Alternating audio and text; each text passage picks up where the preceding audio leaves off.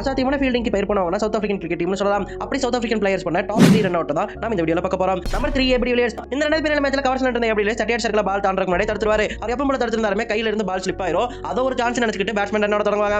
அத பார்த்தோனே சீரி பஞ்ச சிங்கம் மாதிரி ஓடி போய் சூப்பர்மேன் மாதிரி பறந்துகிட்டே ஒரு ரன் அவுட் அடிப்பாரு. அத பார்க்கிறதுக்கு ரெண்டு கண்ணு பத்தாதுங்க. Number 2 Temba Bavuma. இந்த ஒரு மேட்ச்ல வார்னர் க்ளோஸ்ல யாருமே இல்லன்னு சொல்லிட்டு தொட்டு ரன் அவுட் ட்ரை பண்ணுவாரு. ஆனா யாருமே எதிர்பார்க்காத வகையில டெம்பா பவுமா பாயிண்ட்ல இருந்து ஓடி வந்து மின்னல் முரளி மாதிரி பாஞ்சு அதே எப்படி லிஸ்ட்ல ரன் அவுட் பண்ணுவாரு. இந்த எக்ஸ்ட்ராடனரி ஃபீல்டிங் எஃபெக்ட் பார்த்த வார்னரோ தேர்ட் எம்பிடிஷனே பார்க்காம அந்த இடத்தை விட்டு போயிடுவாரு. Number 1 Jonty Rhodes. ஒட்டுமொத்த கிரிக்கெட் உலகத்தின் ஃபீல்டிங் வரலாற்றையே புரட்டி போட்ட தருணமான 1992 சூப்பர்மேன் ரன் அவுட்டை யாருமே மறந்துக்க மாட்டீங்க.